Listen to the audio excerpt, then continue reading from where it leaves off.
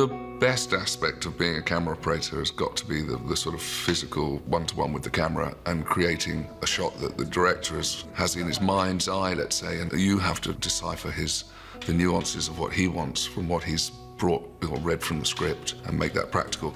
Well, you're always helping the director achieve their vision. A lot of it is just listening to your directors, watching your actors. You're often given a task, so you've set your camera, whether it be a track, and you know you've got various actors coming at various times. Largely, it is just letting it all play out. So when something's rehearsed, you get to sort of get a feel for how it's all going and which is the best place to put yourself in order to tell that story.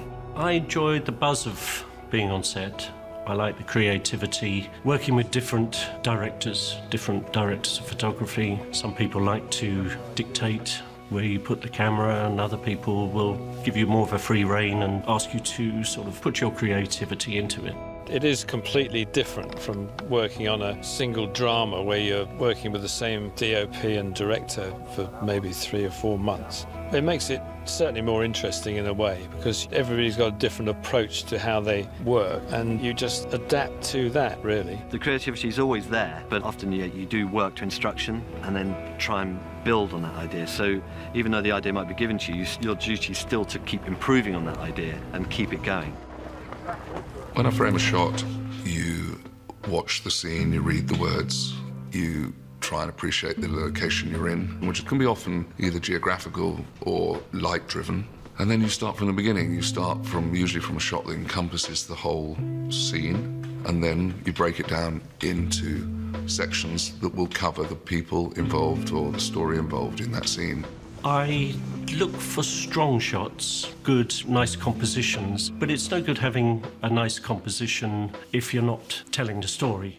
The story is the key thing, isn't it? You know, let's just say it's a sad character or an angry character. You would immediately start finding your frame would just be heavier or harder or lower, or the mood of the actor will also just draw you to frame the camera in a slightly different way. So sometimes it's not just a signature style that you might have, it's what's happening in front of you which just draws your eye to land the frame in a certain way.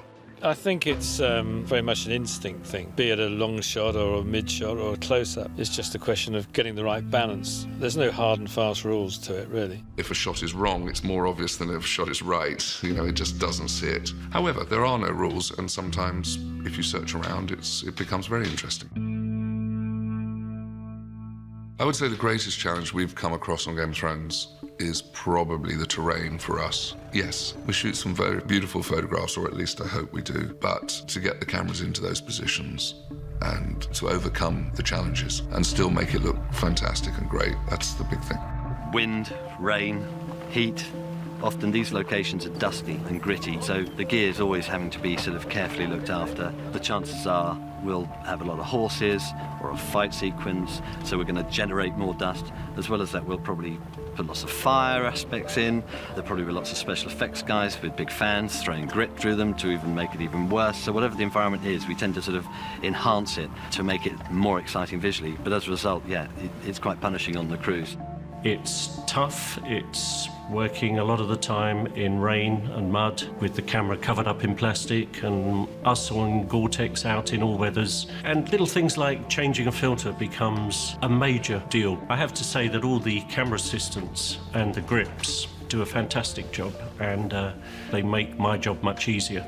It's really that understanding that what you see on the monitors or what you see through the eyepiece of the cameras, that really is the work of absolutely everyone on the crew. For me, it's the most important thing that's recognised, and that people really sort of appreciate that it takes absolutely every member of this crew for that to happen and it be as good as it is. Over the 6 seasons, my experience on Game of Thrones has been quite extraordinary. It's given me such an exciting amount of challenges.